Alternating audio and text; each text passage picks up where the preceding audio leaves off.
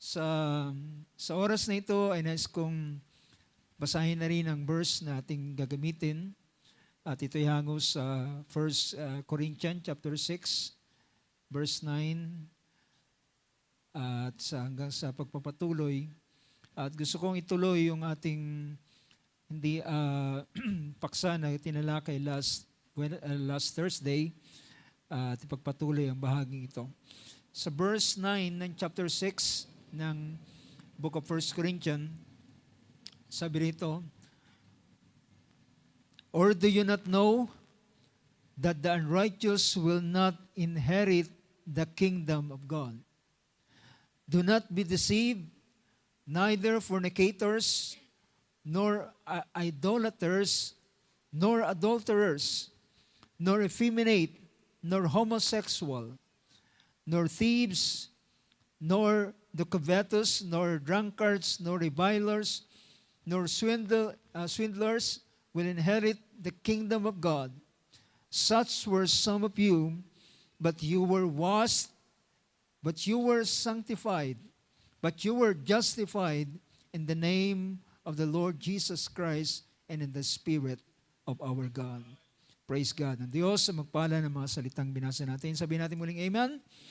Purihin ng Diyos, makakaupo tayo sa oras na ito. Hallelujah. Salamat sa Panginoon at magandang umaga muli sa bawat isa atin, pagbati sa pangalan ng ating Panginoong Hesus.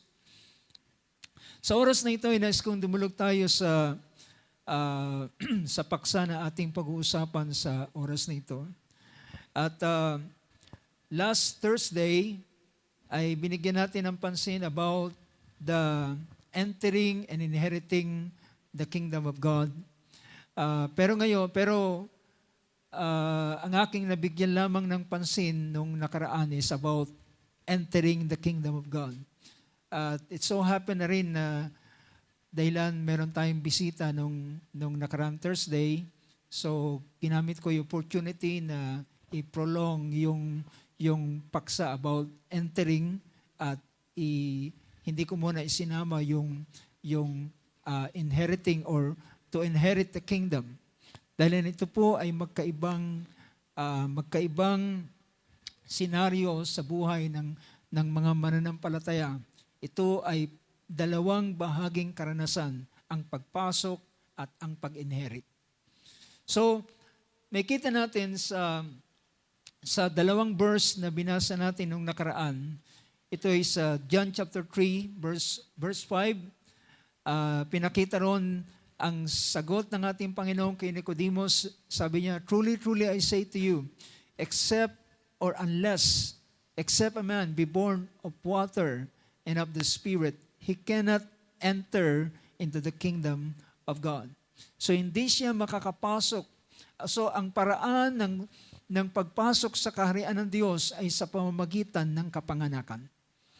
Nakita natin yan. Ang paraan ng pagpasok sa kaharian ng Diyos ay kapanganakan, hindi kamatayan.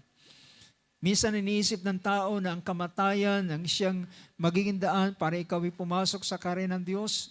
Ang ikaw ay mamatay. Well, ang kamatayan ay ikaw ay lilipat sa isang dimensyon na ibang mundo ang iyong paroroonan. Mula sa tinatawag na physical world, ikaw ay iiwanan mo ang physical world at ikaw ay pupunta sa ibang dimensyon. Ito ay ipinahayag ni Apostle Pablo sa aklat ng 2 Corinthians chapter 5. At sinabi dito sa verse 1, "For we know that if the earthly tent, which is our house, is torn down, we have a building from God, a house that not made with hands, eternal in the heavens." So pinapakita rito na kapag ang ating katawan o ang bahay na ito, dahilan ng katawang ito ay kagaya ng bahay, ang nakatira ay ang ating minsan pong pinapaganda ay yung bahay, pero ang totoong ikaw ay yung nakatira sa bahay na yan. Diba? Tayo, yung nasa loob mismo, yung ating espiritu at kaluluwa, ang siyang tayo at ang katawang ito ay bahay lamang na ating tinitirahan.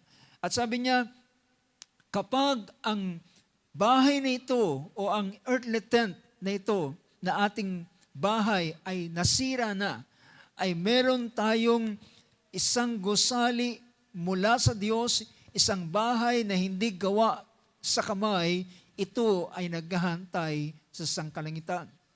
So pinapakita na tayo, ang tao ay lumilipat siya ng isa ibang dimensyon, pero siya ay umiiral pa rin. Siya ay nag-exist pa rin. Hindi po nagtatapos sa kamatayan ang buhay ng isang tao. Ang kamatayan ay pintuan lamang para siya pumasok sa panibagong dimensyon. Pero when it comes to the kingdom of God, ang kaharian ng Diyos ay pinapasok ng tao dito pa lamang sa ibabaw ng lupa. Dito pa lamang sa ibabaw ng lupa ay pwede niyang pasukin ang kaharian ng Diyos. Dahil lang pinakita ng verse na yan, ang kinote ko kanina sa John chapter 3 verse 5, at pinahayag din ng Book of Colossians chapter 1 verse 13 na tayo ay mula sa isang kalalagayan ay tayo ay lumipat. So for He rescued us from the domain of darkness and transferred us to the kingdom of His beloved Son. So tayo ay iniligtas ng ating Panginoon. Ilan sa atin ang niligtas? Tayo ay niligtas ng Panginoon mula sa kadiliman at tayo ay inilipat papunta doon sa kaharian ng kanyang bugtong na anak ng kanyang minamahal. So inilipat tayo. So mula sa kadiliman ng tayo ay palayain, patawarin ang ating kasalanan.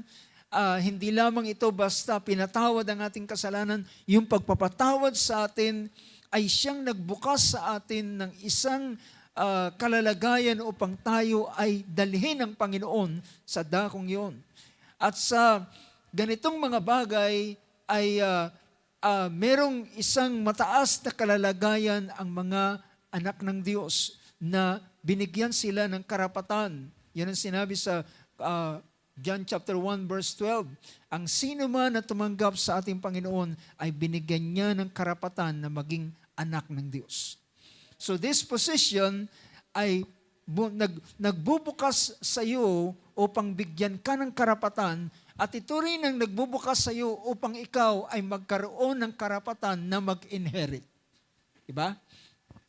So, sa bagay na yan, ay kung itutuloy natin ang kaisipang ito na na binibigyan natin ng pansin. So sabi sa puntong ito ay meron pang isang verse na bibigyan ko ng pansin. Ito ay ang 1 Corinthians chapter 12 verse 13.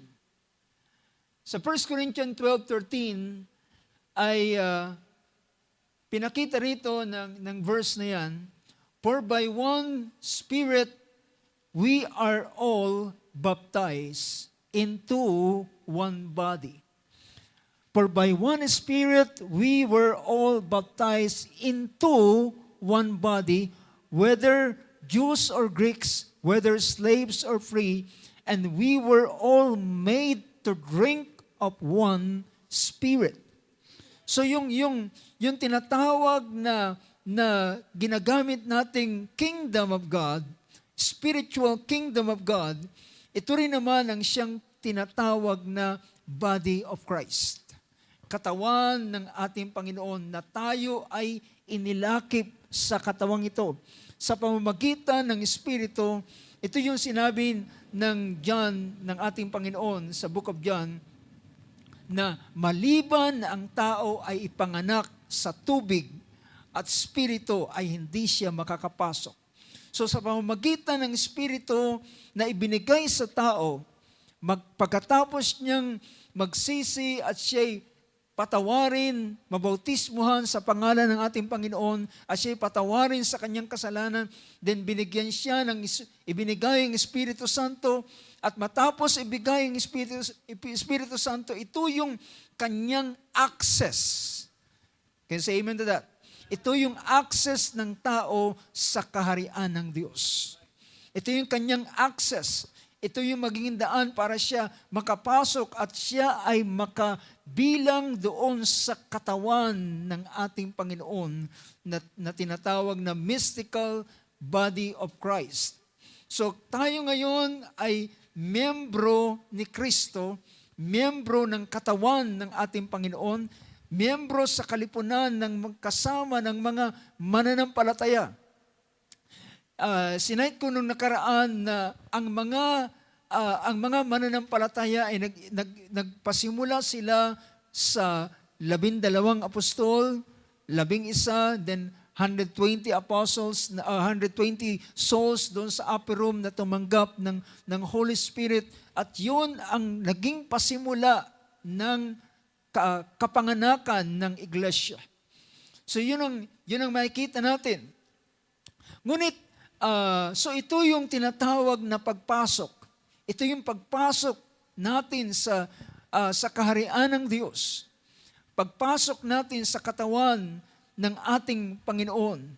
Ngunit, ang pagpasok natin, hindi ito na ibig sabihin na ikaw ay nagmana, kundi ang pagpasok ay pasimula upang ikaw ay magmana. Well, ito ay maihalin tulad natin, ang ganitong bagay ay na-figure out na ito o naibigay na ito ang paglalarawan sa Old Testament. Ang pinapakita rito ay ang kagaya ng paglalakbay o pagkuha ng Diyos sa bayan ng Israel mula sa pagkaalipin sa lugar ng Egypt. At nang sila ay kunin ng Panginoon mula doon sa lugar ng Egypt, sa bansa ng Egypt, ay sila ay iniligtas ng Panginoon sa pamamagitan ng kanyang makapangyarihang kamay. Diba? Sila ay inilabas ng Panginoon mula sa Egypt, ay binuksan ng Diyos, dinalaw ng Diyos ang Egypt ng maraming mga salot, sinira, winasak ng Diyos ang lugar ng Egypt upang ipakita ng Diyos kay Pero na siya ay makapangyarihan. Siya ang Diyos na makapangyarihan sa lahat. Siya ang Diyos at siya ay dapat magpasubmit at magpasubject sa Diyos ng mga Hebreo. At hanggang sa siya ay mag-give up, then ibinigay niya pinahintulutan niya ang Israel na lumabas doon sa Egypt. Pero yung paglabas nilang ito ay ang purpose nila ay para sila ay dalhin doon sa Promised Land. Kaya sila inilabas doon sa Egypt ay upang sila ay alisin sa isang masikip at sa isang maliit na lugar at dalhin sila ng Panginoon doon sa lupain ng pangako na ipinangako ng Diyos kay Abraham na kanyang mamanahin ng kanyang binhi. At ito ay tinawag na Promised Land. Now, ang paglabas nila ay katulad ng paglabas ng mga mananampalataya sa kasalanan, sa kadiliman, sa kapangyarihan ng kaaway, at gano'n na gano'n ang nilalarawan ng tayo ay tubusin ng ating Panginoon. Merong paraon na nag-hold sa atin. Merong paraon na pipigil sa atin at ginagawa ang tao na isang slave, isang bond slave.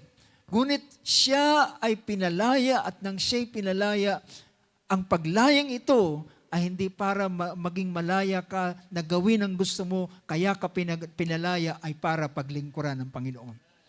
Diba? Sabi ng isang awit, I'm free to be the servant of the Lord. Tayo ay pinalaya para maglingkod tayo sa ating Panginoon. So, ang kanilang paglabas doon sa Egypt, ay ang purpose nito ay para i-inherit nila ang lupain. Ang salitang inherit, mga kapatid, ang ibig sabihin ng inherit, ang pinapakita ng salitang ito is to possess, i-possess ang lupain, at ikaw ay magtamasa ng mga bagay ng kagandahan nung tinatawag na lupaing ito. Merong sinabi ang aklat ng Isaiah sa chapter 1 ng Book of Isaiah. Sabi rito ng verse na ito, bago ang ilang pangungusap na pinahayag ng ating Panginoon, sabi rito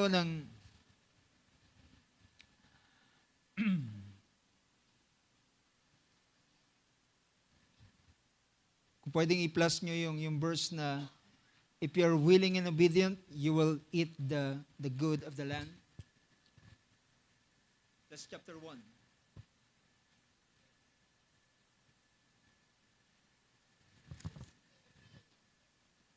Sa King James Version, yun ang pinapakita.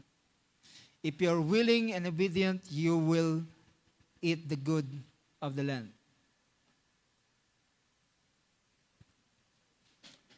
Anong verse? Hindi ko po na markahan, pero 1 verse 19.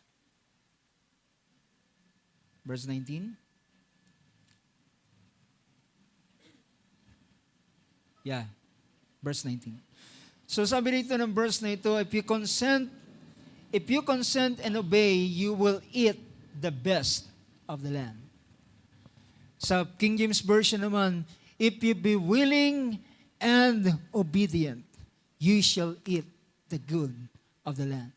Now, mga kapatid, ang pagpasok ay isang bagay, ngunit ang pag-inherit ay ibang bagay. Dapat natin makita ang ganitong senaryo na pinapakita.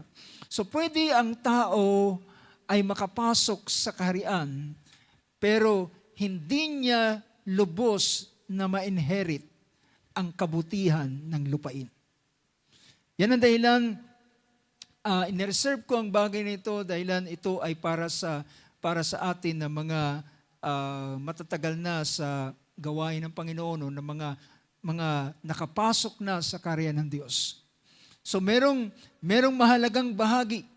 Dahilan pagpasok mo sa kaharian, nakapasok ka sa kaharian sa pamamagitan ng kamay ng Diyos, ng kapangyarihan ng Panginoon. Nakapasok tayo sa kahariang ito na it is not in our own effort, di ba? Hindi sa ating lakas, hindi sa ating gawa, hindi sa ating kakayanan. Siya ay nagdala sa atin sa lugar na ito. Ngunit, nang ikaw ay narito na sa lupain, narito ka na sa kaharian, na siyang tipo at larawan ng Promised Land. Alam niyo ba, mga kapatid, sa Promised Land, pagpasok nila sa Promised Land, ang dapat nilang gawin ay makipagbaka sila. Do you get the point? Ang dapat nilang gawin ay makipagbaka sila. So, nakikita natin doon na si Josue is a type of the Holy Spirit. Ang sabi ng aklat ng Book of Deuteronomy, babasahin natin ang verse na ito. Sa Book of Deuteronomy chapter 1 verse 38. Deuteronomy 1:38 ay pinahayag diyan habang nangungusap si Moses at pinapahayag niya yung sinabi ng Panginoon sa kanya. Ang previous verse na verse 37 ay pinapakita ang dalawang lalaking itong si Caleb and Joshua. The Lord was angry with me also on your account, saying, not even you shall enter there. Nagalit ang Panginoon even kay Moses at sabi niya, ikaw man ay hindi makakapasok sa lupaing yan. The Lord was angry with me also on your account, saying, not even you shall enter there. Verse 38, Joshua the son of Nun, who stands before you, he shall enter there. Encourage him, for he will cause Israel to inherit it. Ang ibig sabihin ng salitang inherit ay hindi lamang makapasok sa doon sa lupain, kundi ipossess. Diba? Ipossess at kung anuman ang buti at kabutihan ng lupaing yon, the good of the land ay iyong matatamasa. Iyong mapapakinabangan. So, yun ang isang bagay. Sa chapter 3, pa rin ng Deuteronomy, sa verse 28, ang sabi niya ng verse na yan, sa verse 28, sabi niya, but charge Joshua and encourage him and strengthen him, for he shall go across of the head of this people, and he will give them as an inheritance the land which you will see. So, sabi niya, bilinan mo siya, bigyan mo siya ng utos, atasan mo siya, at palakasin mo siya. Sabi niya, palakasin mo ang kanyang loob, at sapagkat siya'y daraan sa harap ng bayang ito, at kanyang ipamamana sa kanila ang lupain na iyong makikita. At dito pinakita ni Josue o ng Diyos kay Josue na sabi niya, ang lahat ng lupain, pinakita niya ang boundary, from boundary to boundary ng lupain, sabi niya, mula dito sa lugar na ito hanggang sa dakong iyon, ay iyon ang iyong mamanahin. Yun ang inyong ipoposes. Pero hindi nila ito nakuha na karakaraka.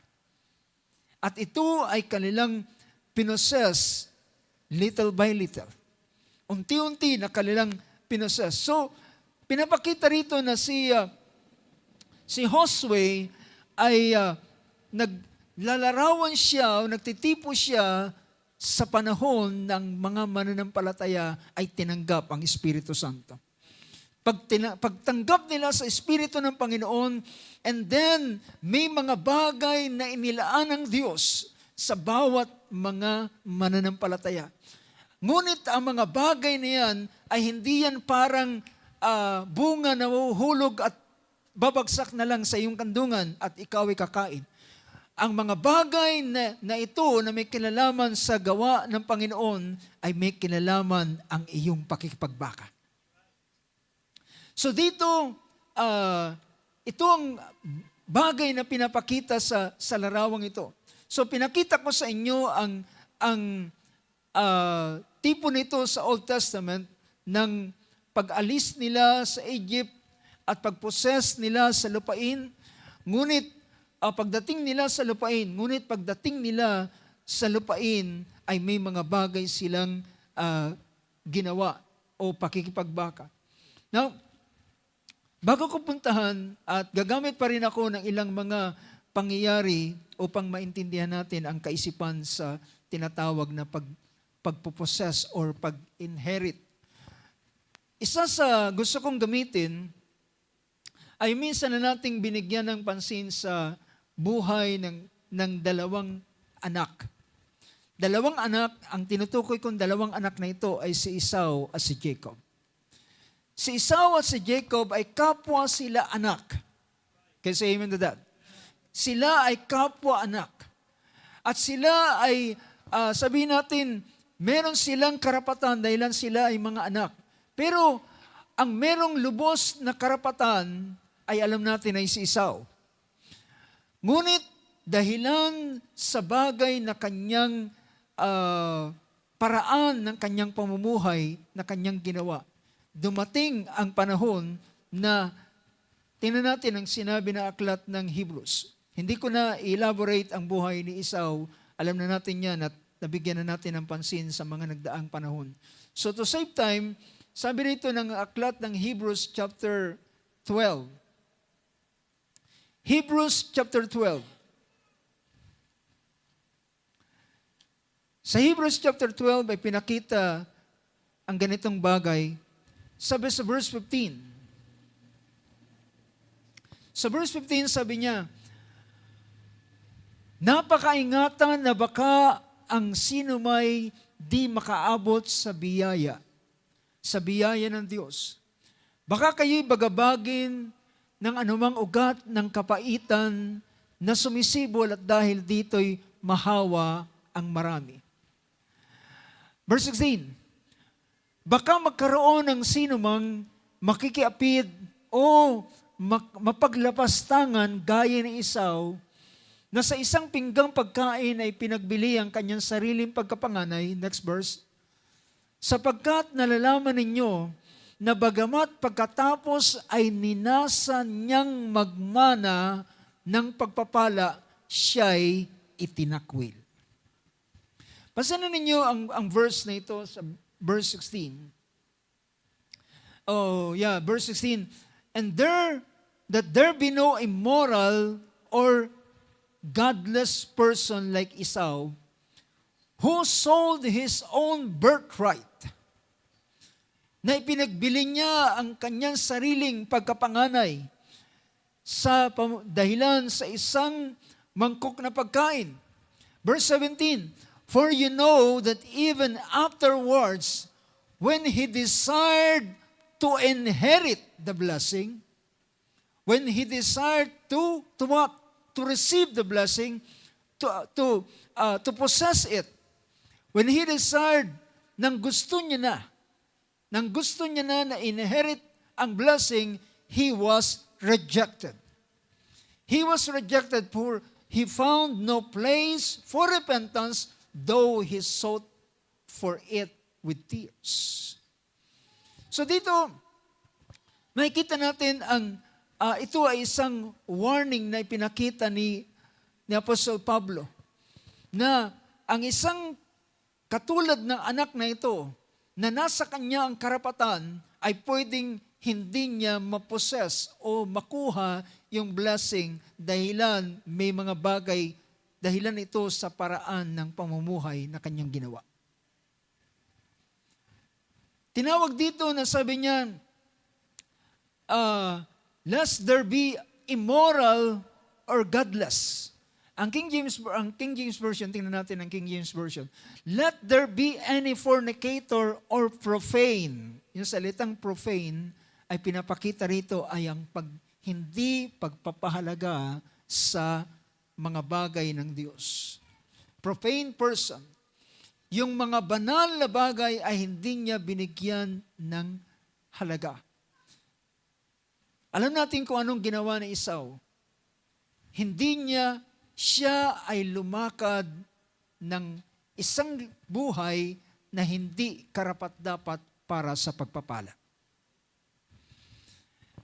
Si Esau, nang siya ay 40 years old na, sinabi nga minsan na bago pa ibigay ni Isaac ang blessing, hindi pa nagkakaroon ng pandaraya sa pagitan ni Esau at ni Jacob, hindi pa sila nagkakaroon ng pagkakaisa ng ina niyang si Rebecca.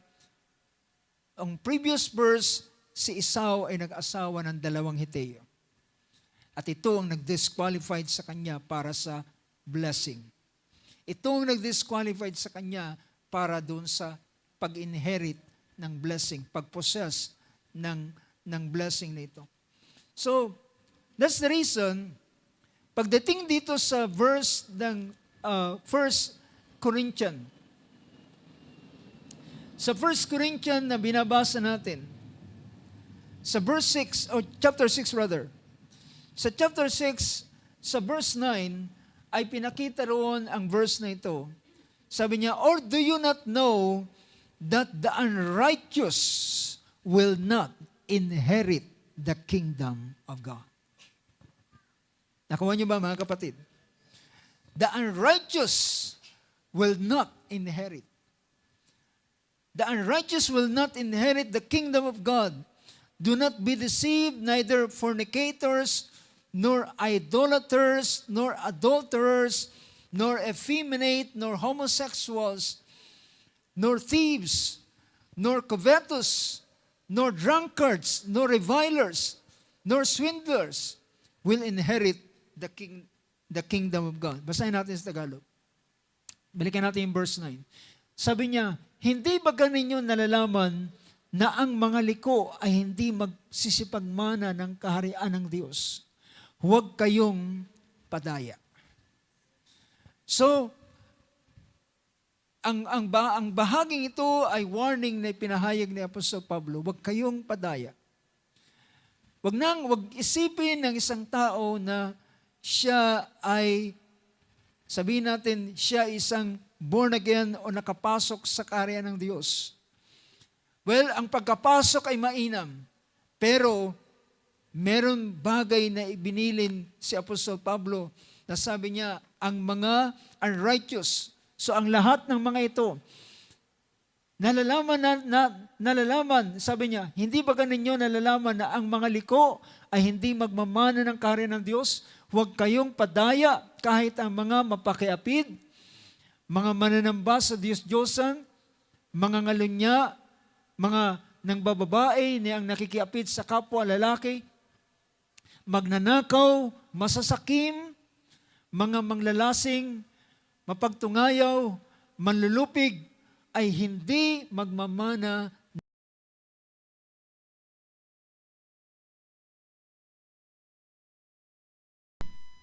Ang verse 11 ay nagsabi na tayo ay gayon at ganyan ang mga ilan sa inyo, ngunit nangahugasan na kayo, ngunit binanal na kayo, ngunit inaring ganap na kayo sa pamamagitan o sa pangalan ng Panginoong Hesukristo at sa Espiritu ng ating Diyos.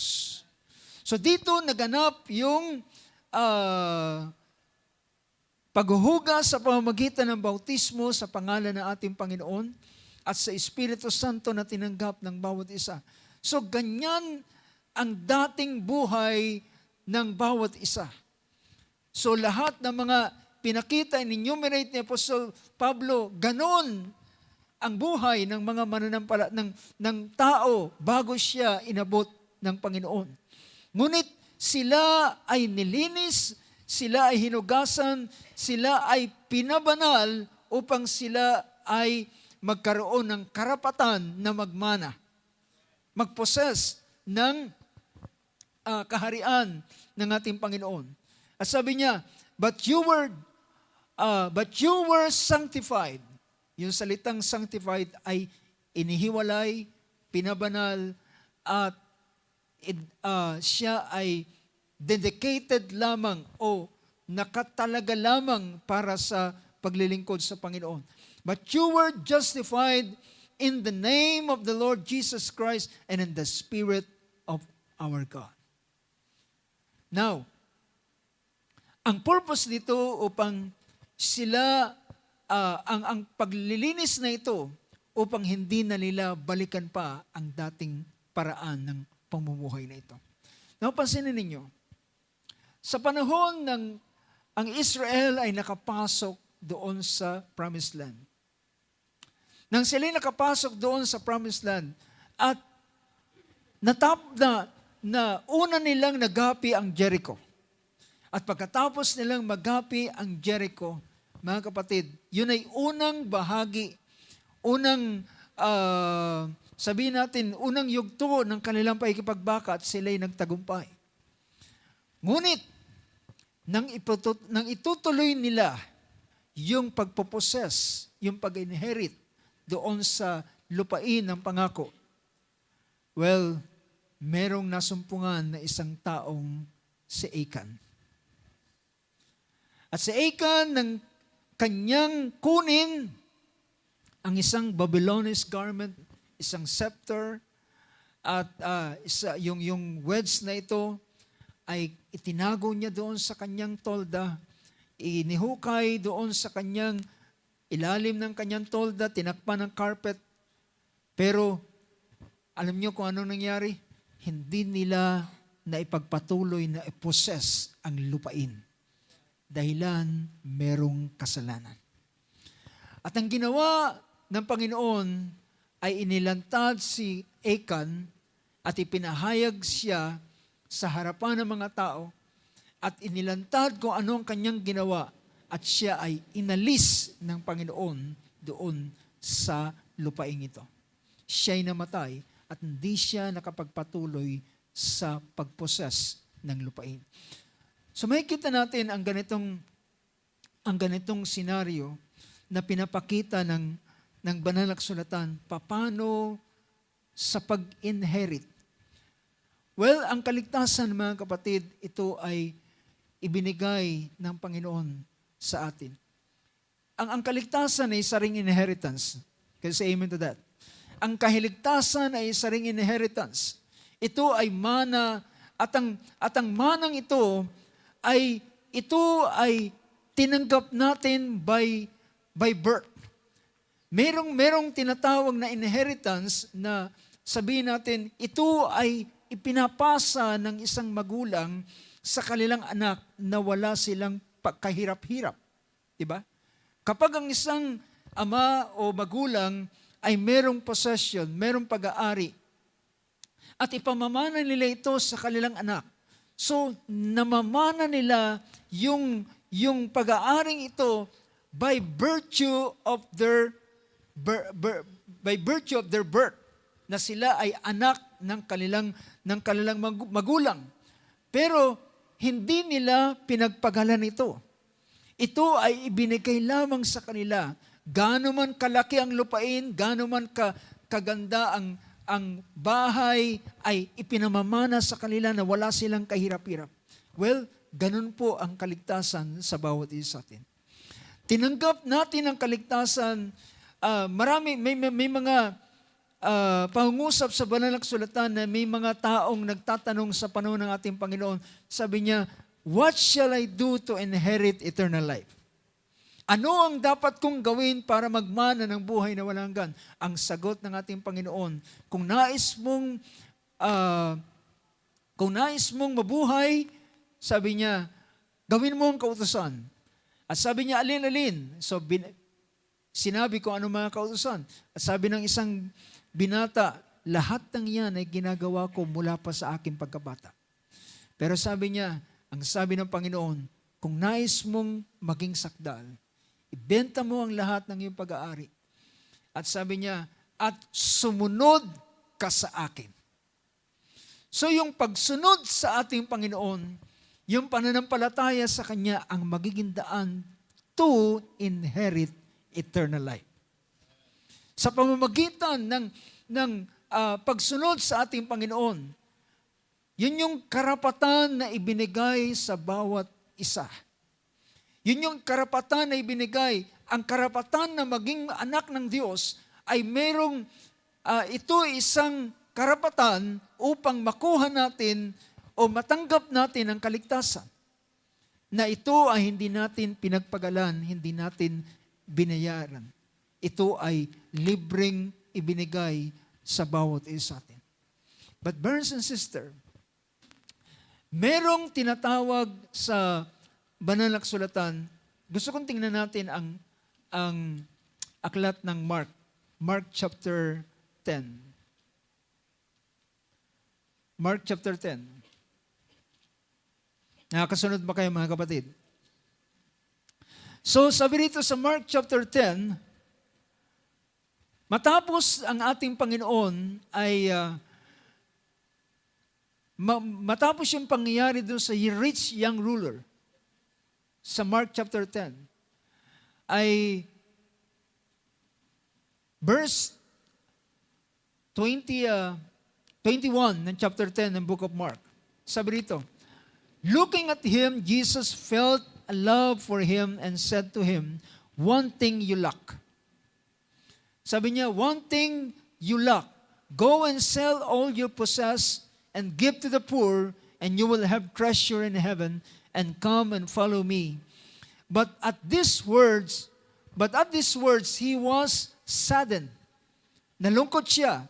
And he went away grieving, for he was one who owned much property. So hindi niya ma-give up yung kanyang pagtitiwala doon sa kanyang kayamanan at hindi niya mailipat kay Kristo. So, nang hindi niya kayang iwanan ang kanyang tiwala sa kanyang kayamanan, umalis siya at iniwan ng ating Panginoon at sabi ng Panginoon, sabi rito, verse 23. And Jesus, looking around, said to his disciples, how hard it will be for those who are wealthy to enter the kingdom of God. Gaano kahirap sa kanila na mga mayaman ang makapasok sa karya ng Diyos dahilan ang kanilang kayamanan, ang kanilang tiwala ay naroon sa kanilang kayamanan. So, maliban na ang tao ay ilipat niya ang kanyang tiwala mula sa kanyang yaman tungo kay Kristo, tungo sa Diyos. At iwanan niya ang kanyang tiwala. So, hindi naman kinakailangan siya maghirap, alisin ang kanyang pagkakatiwala rito at ang kanyang tiwala ay nasa Diyos, na siyang gagawin niyang kanyang source. Dahilan ang mga, sabi nga kanina, ang mga bagay dito sa mundong ito, salapi, trabaho, ano pa na meron tayo, ay resource lamang na ibinigay ng Panginoon. Siya pa rin ang source ng lahat.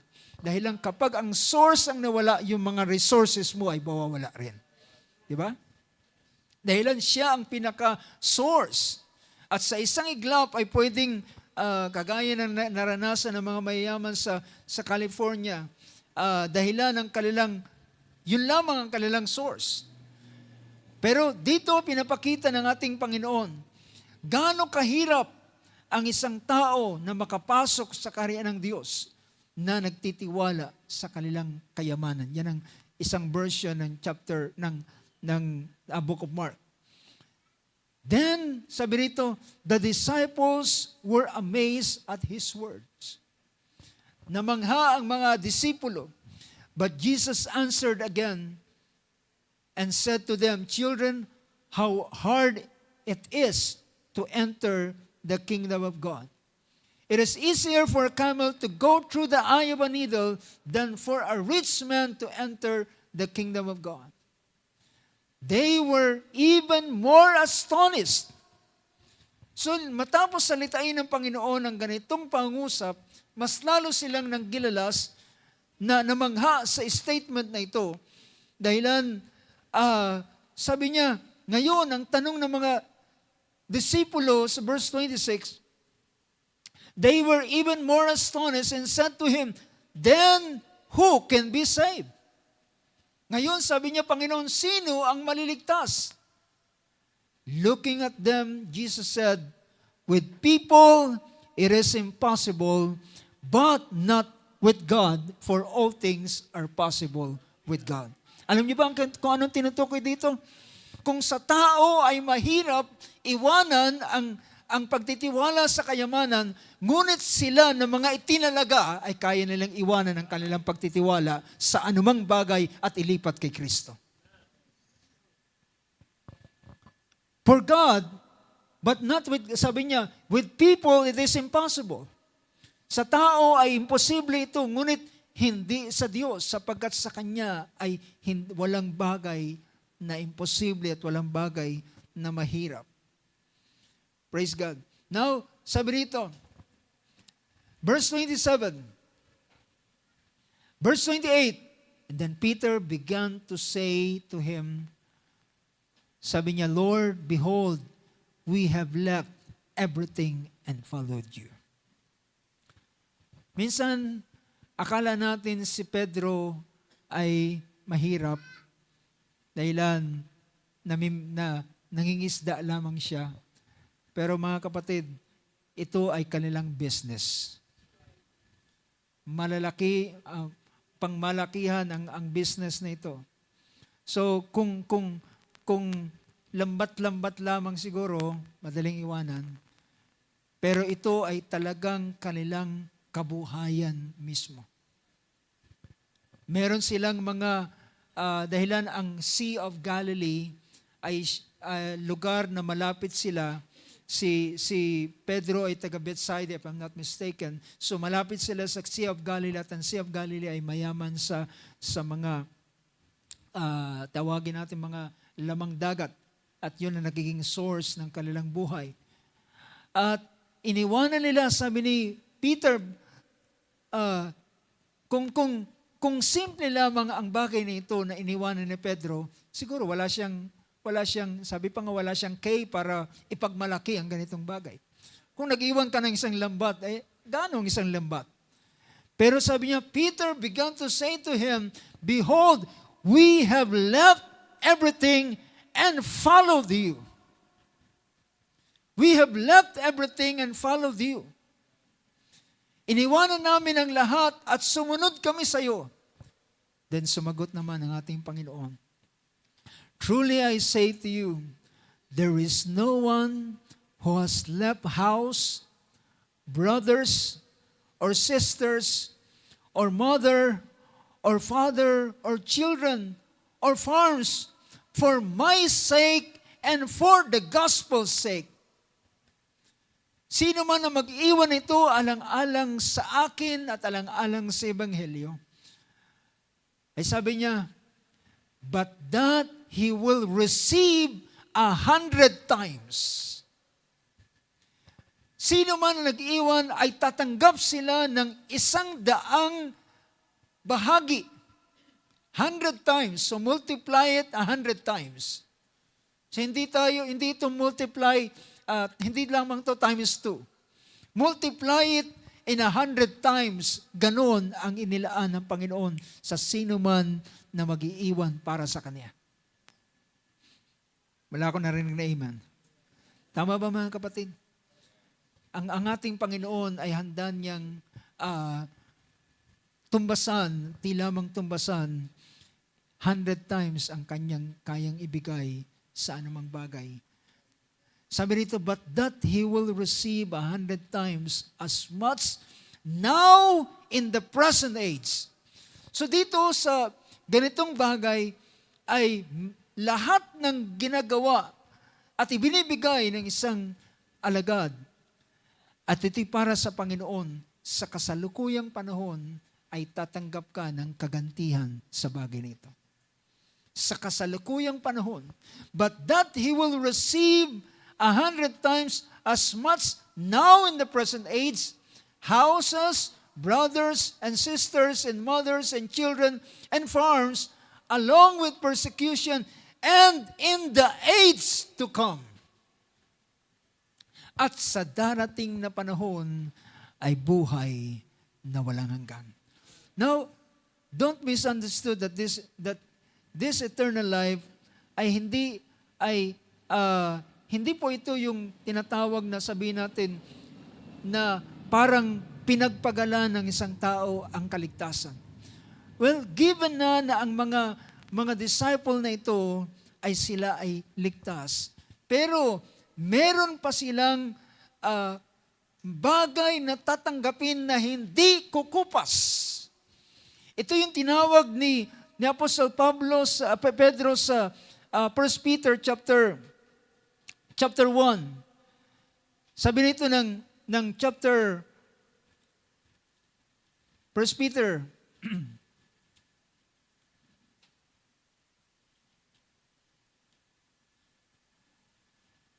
if I'm not mistaken, if it is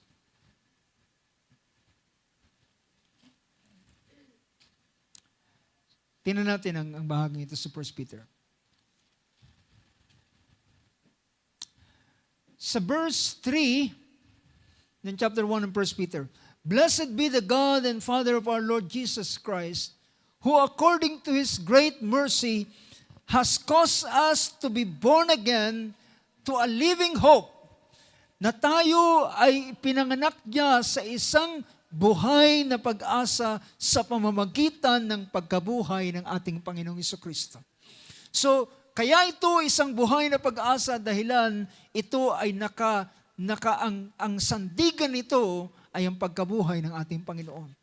It's the resurrection of Jesus Christ from the dead. Verse 4, "To obtain an inheritance which is" what? Imperishable. Hindi nasisira. Undefiled. And will not fade away. Reserved in heaven for you. Nakahanda sa langit. Sabi niya, ito ay naka-reserve. Pag sinabing naka-reserve, walang makakakuha nito, kundi ito'y para sa iyo lamang. Diba? Pag merong isang upuang nakareserve, merong isang parking na nakareserve, ay walang pwedeng kumuha niyan kundi yung pinagreserban kung kanina ito nakareserve. At sabi niya, and brothers and sisters, it is more than salvation. How many can say amen to that? Well, ang salvation ay binigay ng Panginoon sa atin. At yun ay sabihin natin, pasimula ng kanyang pagpagawa sa buhay ng isang mananampalataya. Pero sa kabila ng lahat ng mga bagay na ito, ay meron pang higit na bagay na nakalaan sa bawat isa sa kanila. It is the inheritance, imperishable, undefiled, and will not fade away, na ito'y nakatalaga. So, well mga kapatid, ang bahaging ito na ating binibigyan ng pansin ay may kinalaman ito sa kasalukuyan ng mga bagay na tatanggapin ng isang mananampalataya at higit sa lahat ang nakalaan pang bagay na tatanggapin ng mga anak ng Diyos. Praise be to Jesus. Now mga kapatid, tinan natin ang ganitong bagay. Pinakita ito sa ilang pangungusap ni Apostol Pablo sa kanyang sulat. Ilang beses niyang binanggit niya sa 1 Corinthians chapter 6 that the unrighteous will not inherit the kingdom of God. Sa isa pang verse ng chapter ng book of Ephesians.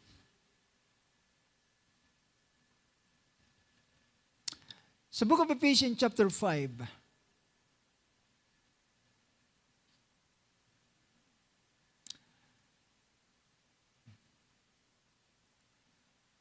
sa starting verse 1 ng chapter 5 ng book of Therefore, be imitators of God as beloved children, and walk in love just as Christ also loved you and gave himself for us, an offering and a sacrifice to God as a fragrant aroma. But immorality or any impurity or greed must not even be named among you, as is proper among saints. Verse 3, tingnan natin sa Tagalog. Sabi niya, ngunit ang pakikiapid at ang lahat ng karumihan, kasakiman ay huwag man lamang masambit sa inyo gaya ng nararapat sa mga banal. Ang ating buhay na merong kabanalan ay meron na itong kinalaman paano tayo mag-inherit. Ulitin ko. Ang buhay na merong kabanalan ay may kinalaman ito paano tayo mag-inherit. Sabi rito, verse 5. Balikan natin yung verse kanina. Verse 3. Verse 4. O ang karumihan man o ang mga mangmang na pananalita o mga pagbibiro na di nararapat, kundi kayo'y magpasalamat. Verse 5. Sapagkas talastas ninyong lubos, na sino mang mapakiapid o mahalay o masakim na isang mapagsamba sa mga Diyos-Diyosan ay walang anumang mamanahin sa kaharian ni Kristo at ng Diyos. Now, ito ay may kinalaman sa panahon ng paghahari. Merong literal na kingdom na darating sa ibabaw ng salibutan. Can you say amen to that? Merong literal na kaharian sa ibabaw ng salibutan na ito ay paghaharian ng ating Panginoong Hesukristo. At ang bawat isa sa atin ay magiging bahagi ng kaharian dahilan tayo ay maghaharing kasama niya. Ito ay bukod sa, so merong tinatawag na spiritual kingdom which is in present time ay nandun tayo sa loob ng kahariang ito. Dahilan ang paghahari ni Kristo, ang paghahari ng Diyos sa buhay natin ay naghahari siya. So ngayon ay nasa isang spiritual na kaharian ang bawat isa sa atin.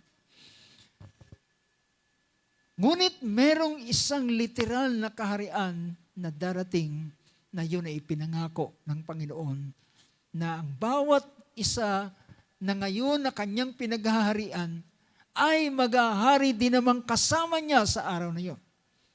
Diba? So pinapakita rito na merong isang kaharian na doon sa kahariang yon, ang mga tinukoy na mga klase ng ugali o paraan ng pamumuhay ng mga taong ito ay hindi nila mapoposes o hindi nila ma-inherit ang kaharian na darating. Hindi sila, sabi rito, for this you know with certainty. Sabi niya, nalalaman ninyo ito na merong katiyakan. Yung verse 5. For this you know with certainty that no immoral or impure person, covetous man, who is idolater, has an inheritance in the kingdom of Christ and of God. Ito ay panahon na ng kaharian ng Diyos na darating sa ibabaw ng sanlibutan. Just hold on that verse. Ang book of Galatians chapter 5.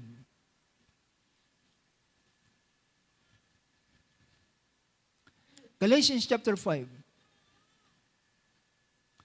Verse 19. Pinakita niya yung verse 19, now the deeds of the flesh are evident. Ang lahat, ang gawa ng laman, sa Tagalog, ngayon ang gawa ng laman, verse 19. At hayag ang mga gawa ng laman sa makatwid ay ang mga ito, pakikapid, karumihan, kalibugan, next verse, verse 20, pagsamba sa Diyos-Diyosan, pagkukulam, pagtataniman, mga pagtatalo, mga panibugho, pagkakaalitan, pagkakampi-kampi, pagkakabahabahagi, mga hidwaang pananampalataya. Verse 21, mga kapanaghilian, paglalasing, kalayawan, at ang mga katulad nito, tungkol sa mga bagay na ito, ay aking pinagpapaunang ipaalala sa inyo tulad sa aking pagpapaalala ng una sa inyo. So, mapapansin ninyo na ilang beses itong inulit ni Apostol Pablo. Binanggit niya sa Corinthians, binanggit niya sa Ephesians, binanggit niya rin sa Galatians, na ang mga nagsisigawa ng gayong mga bagay ay hindi magsisipagmana ng kaharian ng Diyos. Nakikita natin sa ganitong bagay. I hope we're ready enough, mga kapatid, sa ganitong klase ng pangusap. Dahilan iba ang pagpasok, iba ang pag-inherit. Ang pagpasok ay nakapasok tayo na wala tayong anumang effort na ginawa. Ito ay kaloob na binigay sa atin. Ito'y gawa ng ating Panginoon. Ngunit ngayon, sa tinatawag na pagpoposes, ay meron tayong pakikipagbakang dapat gawin. Merong pagbabaka, merong pakikipaglaban, merong kaaway. Well, nariyan ang kaaway, nariyan ang laman, nariyan ang mga bagay sa mundong ito. At ito ay isang pipigil. At kung ang isang tao ay mag-given sa ganitong mga bagay, well, ito ay magiging daan upang hindi niya, kaya ang pinapakita sa mga unang talata, kung itataas natin ang verse ng chapter 5 ng book of Galatians, sa verse 15 or verse 16, but I say, walk by the Spirit, and you will not carry out the desire of the flesh. Kaya nga sinasabi ko, lumakad kayo sa Espiritu at hindi ninyo gagawin ang mga pita ng laman. Ang paglakad sa Espiritu ito ay ang pagpapasakop dahilan ikaw ay nasa kaharian ng Diyos. Bilang nasa kaharian ng Diyos, ang isang paraan upang ikaw ay ma-inherit mo yung mga sa kasalukuyang panahon, mga makalangit na bagay, mga makalangit na biyaya na sinabi ni Apostol Pablo sa Ephesians chapter 1, na tayo ay blessed ng lahat ng mga spiritual blessing kay Kristo Jesus. At lahat ng mga bagay na yan ay ating matatamasa. But I say, sabi niya, walk in the Spirit and you will not carry out the desires of the flesh. For the flesh sets its desire against the Spirit, and the Spirit against the flesh. For these are in opposition to one another, so that you may not do the things that you please. But if you are led by the Spirit, you are not under the law. If you are led by the Spirit. At kung ikaw ay inaakay ng Espiritu, well, mga kapatid, ang mga bagay na inihanda ng Panginoon na para sa kasalukuyang panahon na mga tatamasahin ng isang mananampalataya sa mga espiritual na mga bagay ay tatanggapin niya sa kasalukuyang panahon. Ngunit pinakita niya na sino man na gumagawa ng ganitong bagay ay aking, sa wikang Ingles, envying, verse 21, drunkenness, carousing, and things like this, of which I forewarn you, just as I have forewarned you, that those who practice such things will not inherit the kingdom of God. Now, mga kapatid, alam niyo ba, sa panahon natin ngayon, ang kaharian ng Diyos ay punong-puno kahit ng mga taong hindi karapat-dapat. Nasa loob ng kaharian ng Diyos. Ngunit, tandaan natin, merong isang bagay na pinapakita ang banal na kasulatan. Mamaya ko babasahin yung ilan sa mga talinghaga ng ating Panginoon at maintindihan natin ang ilang mga bagay. Tingnan ninyo ang chapter 8 ng book of Romans. Romans chapter 8. Romans chapter 8 sa verse 14, pinakita roon, lahat ng pinapatnubayan ng Espiritu ng Diyos, sila ang mga anak ng Diyos. At sabi rin basahin natin, verse 15, sapagkat hindi ninyo muling tinanggap ang espiritu ng pagkaalipin sa ikakatakot. Datapat tinanggap ninyo ang espiritu ng pagkukupkup, na dahil dito'y sumisigaw kayo, Aba, Ama. Ang Espiritu ng Diyos na ating tinanggap ay siyang ating guide. Diba? Ito yung nag-guide sa atin, ito yung tutor natin, at ito yung naghahanda sa atin para tayo ay prepare para dun sa ating inheritance.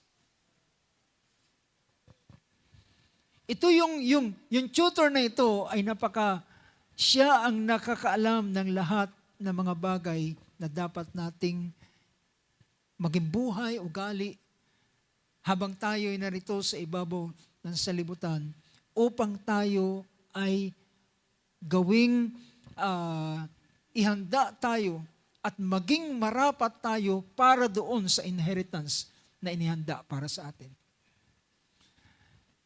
Dahil ang kagaya ni Esau, bagamat masyado siyang naging complacent, na sabi niya, ako ang panganay, sa akin ang blessing,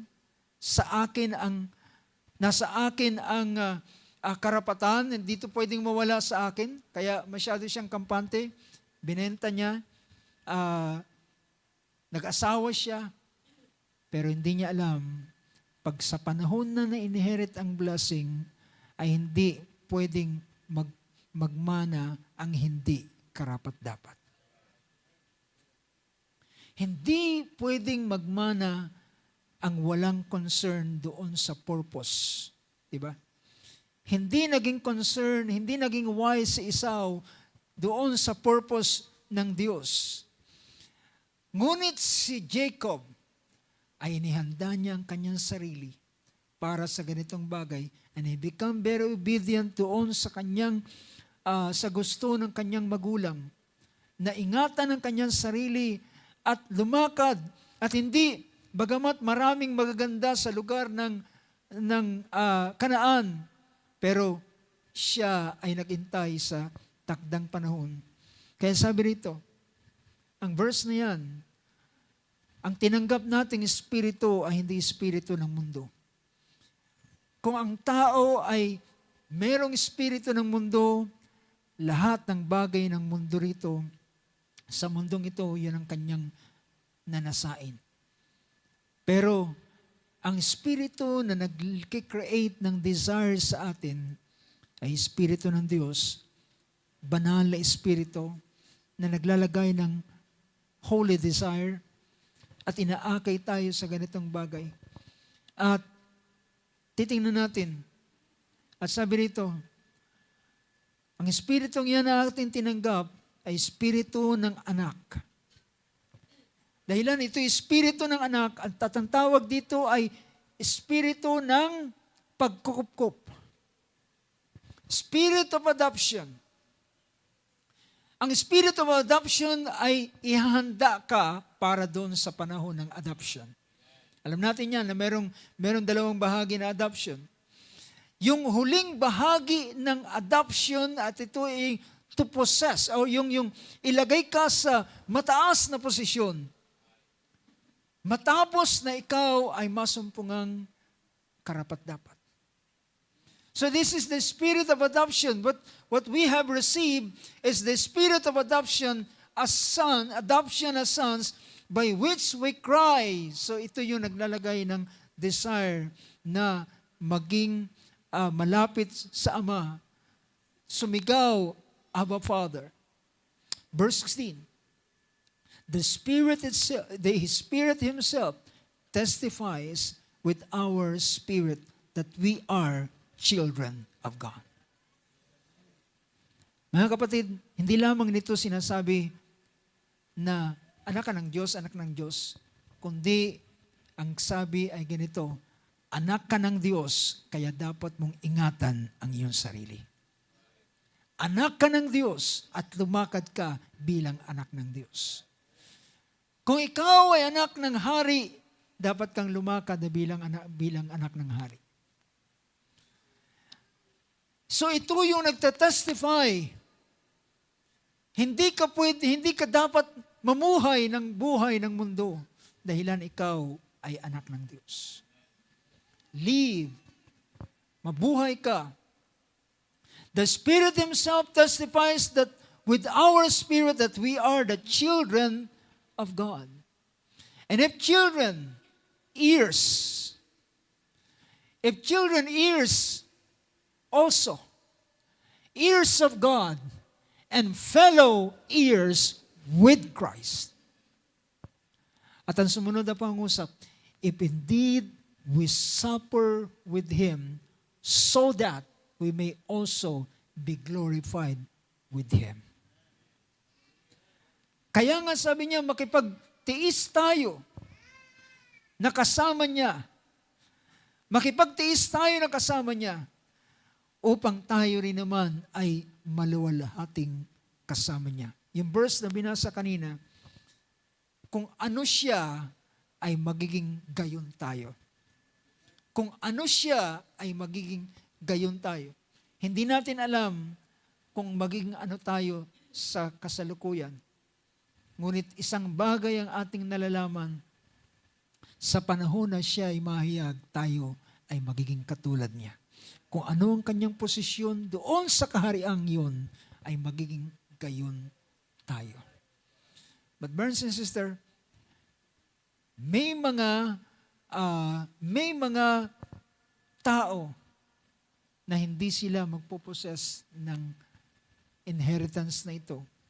Dahilan sila ay lumakad sa ibabaw ng sanlibutan na hindi kagaya na marapat para sa isang anak ng Diyos. Kaya tandaan natin, at mamaya ay tutuloy natin ang bahaging ito. We have not enough time para magpatuloy pa.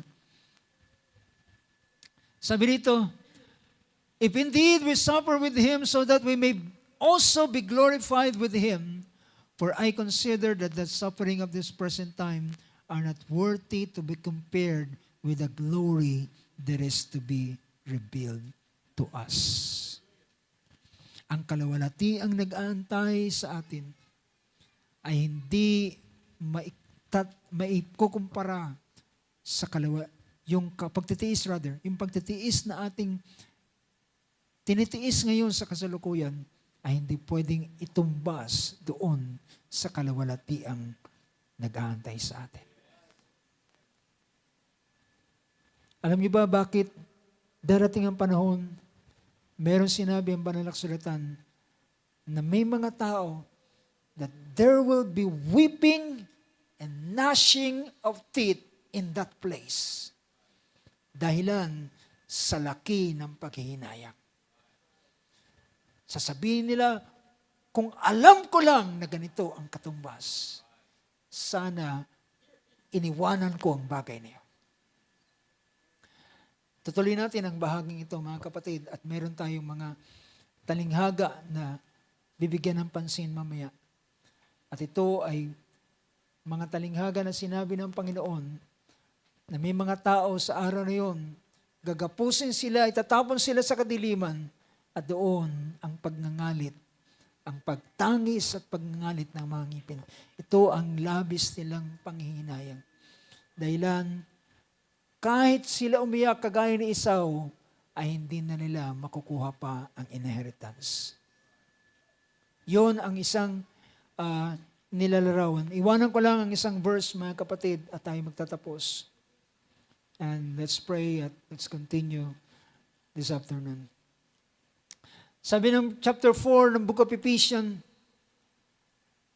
verse 1, therefore I, the prisoner of the Lord, implore you, walk in a manner worthy of the calling with which you have been called.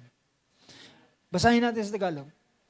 Sabi niya, namamanhikak nga sa inyo akong bilanggo sa Panginoon na kayo'y magsilakad ng nararapat sa pagkatawag sa inyong itinawag. Saan ka inanyayahan, kapatid? Inanyayahan ka sa kaluwalhatian. Inanyayahan ka sa kaharian. Inanyayahan ka para dalhin ng Panginoon sa kanyang excellent glory. Then walk worthy para sa araw na yun.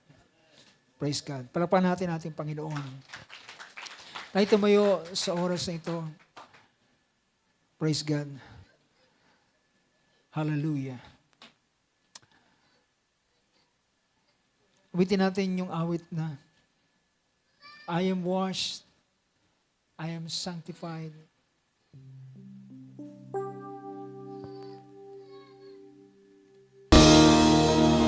I am cleansed, and I am washed, and I am sanctified. Now I am right with my God. Hallelujah, for all time. Well, napakababaw mga kapatid ng tingin ng tao tungkol sa pagkapatawaran ng kasalanan. Nang di nila alam, ito'y paghahanda sa isang tao para sa kaluwalhatian at karangalan na nagantay sa Kanya. Sa kaharian na Kanyang papasukin at Kanyang mamanahin. Ang literal na kingdom na napakaluwalhati, mga kapatid, na inihanda ng Panginoon para sa bawat isa. Alala ko ang statement ng ating Panginoon sa mga matuwid. Sabi niya sa mga nasa kanan na kagaya ng mga tupa, sabi niya, "Come, blessed of my Father, inherit the kingdom that is prepared for you before the foundation of the world." Hallelujah. Tayo manalangin. Mapagpalang Diyos, hindi namin kayang liripin kung gaano kaluwalhati ang kaharian na nag-aantay sa bawat isa sa amin. Yes, Lord God, we enter the kingdom after we've been born again. Napasok namin ang kaharian mo at ito yung spiritual mong kaharian at kami ay nag-enjoy. Ngunit ang kaharing ito na pinagpasukan mo sa amin ay upang ihanda kami sa isang maluwalhating kaharian na iyong paghaharian na kasama ang iyong mga banal, Panginoon Diyos. Lord, prepare us for that kingdom. Prepare us, Lord, for that kingdom. Help us, Lord, to walk worthy for that kingdom, Lord. Hallelujah. At Lord God, sa araw na yun, dalangin namin, hallelujah, walang isa sa amin, Panginoon, ang iiyak. Walang isa sa amin ang magtatangis at magangalit ang ngipin dahilan sa labis na panghinayang, dahilan sa maluwalhating bagay na na-miss ng isang mananampalataya, Panginoon. Lord God, hallelujah, maasa ko, Panginoon, sa iyong biyaya na kami ay patuloy na akayin ng iyong Espiritu. And wherever you lead us, Lord, ay kami ay susunod, Panginoon, dahilan inihanda mo kami for that kingdom, for that glory, Lord God. Oh, that glorious day, hallelujah, na iyong inihanda sa iyong mga anak. Panginoon, salamat sa iyong mga salita, Panginoon, at ikaw ang mag-bless, Lord, sa puso ng bawat isa. Ang pagkainawa, pagkakilala, ay hindi ito binibigay ng sino man. Ito'y ginagawa at inalalagay ng Banal na Espiritu sa puso ng iyong mga anak ko, Lord God. Let us and lead us to understanding, Lord. And open our mind and our understanding, Lord, upang aming makilala ang mga bagay, hallelujah, na ininda sa amin na pawang walang bayan. Dakilang Diyos, binabalik namin sa iyo ang buong karangalan. Pinapasalamatan namin ang iyong mga salita, Lord. Hallelujah. At sa oras na ito, nais naming parangalan ka at pasalamatan sa pangalan ng aming Panginoong Kristo Jesus. Amen and amen. Praise God. Palakpan natin ating Panginoon. Habang ating inaawit ang chorus na yan.